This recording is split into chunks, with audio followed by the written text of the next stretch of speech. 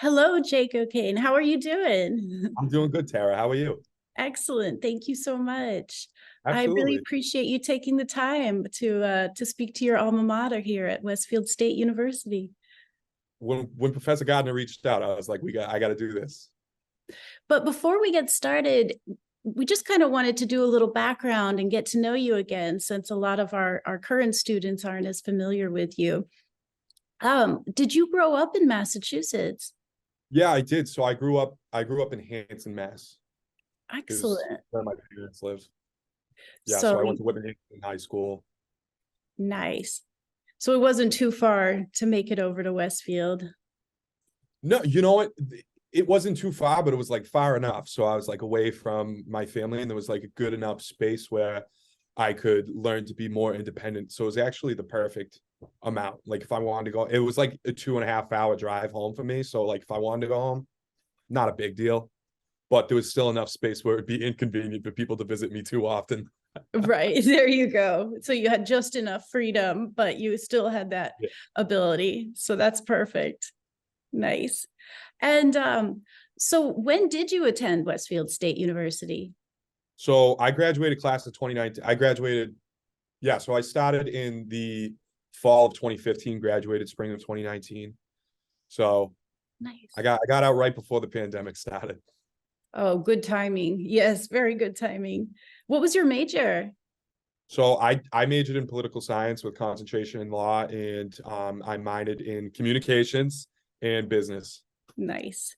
I, Excellent. I had a lot of classes with Tom Gardner, great guy. I loved all his classes. If anyone hasn't taken Gardner's classes, take one. You won't regret it. I totally agree. He's great. We have so many great professors here. You It's do, really you do. Trying to think, like, is Dr. Zampini for the political science department still there? I had a lot of classes with him. He was great too. I haven't taken any political science, so unfortunately, I'm not the person to ask, but I'm sure he appreciates the shout out either way. He was great. but um, but yeah, so what did you do after you graduated? Yeah, so after I graduated, I just went straight into law school. The political science department really helped me up, set me up to go into New England School of Law. I got into every law school I applied to, which was only two, but Hey, it was record.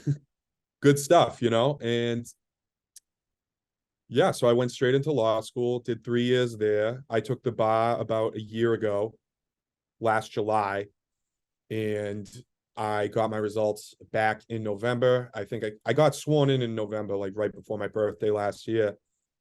And then I got a job at the Norfolk County DA's office in December. So that's where I've been most of the time now.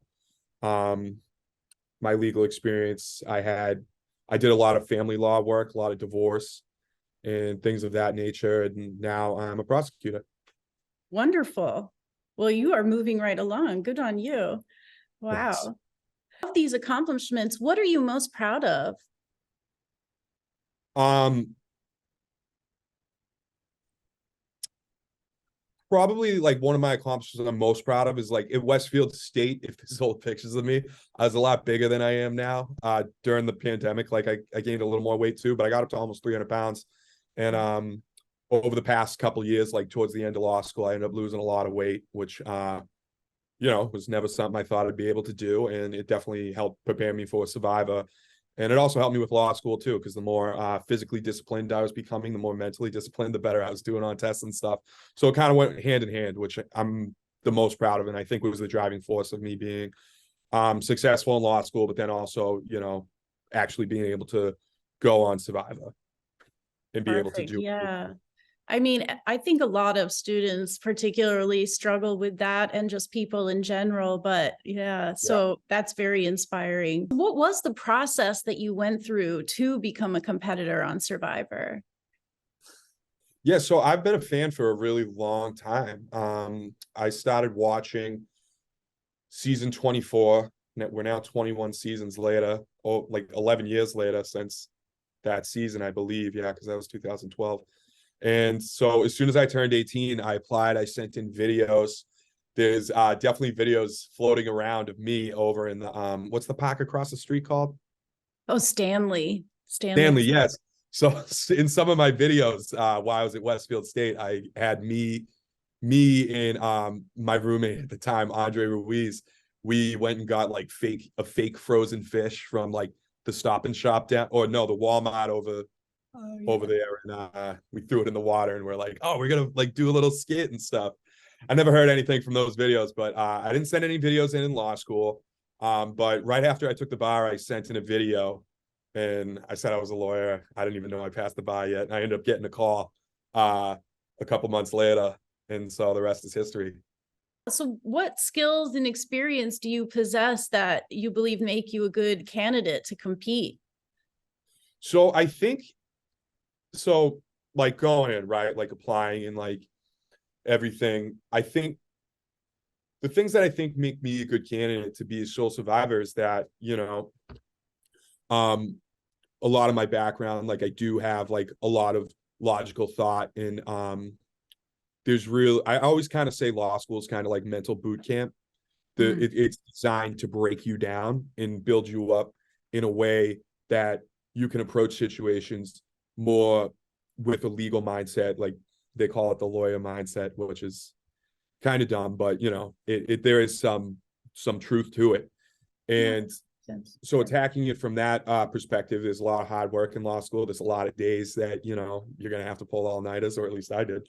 And additionally, I have a huge theater background. While I was at Westfield State, I was in Student Theater Association, musical theater guilds. And so growing up, I always had this theater background. So in my mind, I can lie. I can play things up, play things down. And I think that serves, I think that is a benefit in Survivor going in, and that is an advantage that I have that other people may not. Right. Yes. So you can bluff and you can maybe lead some minds astray at times too. That's part of the game. That's part of the game. You got to play the game. Absolutely. Absolutely. We look forward to seeing you in action. Thank you. And so is that why you think you're going to be the sole survivor, or do you Absolutely. have other ideas? I think, what the thing is, at the end of the day, I think we're going to be the sole survivor because no one wants it more. Like, I think I am a massive fan of this show, and I'm the kind of person, if you put me in an arm bar, I'm going to let my arm break before I tap. That's just the person I am. And that's what I take going into the game. Wow. Well, that is some serious dedication. So I'm definitely going to be rooting for you. Thanks. Is there anything else that you'd like to share with us about this journey?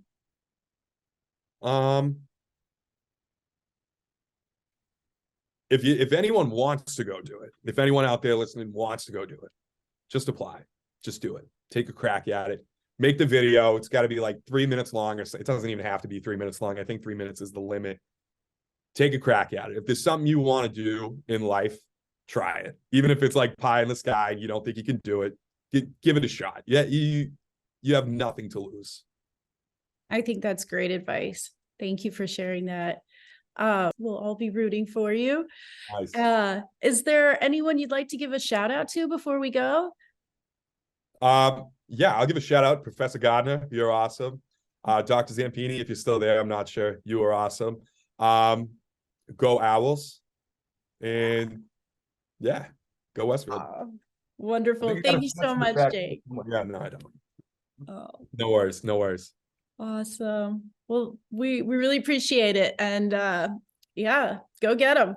Thanks. Thank you. All right.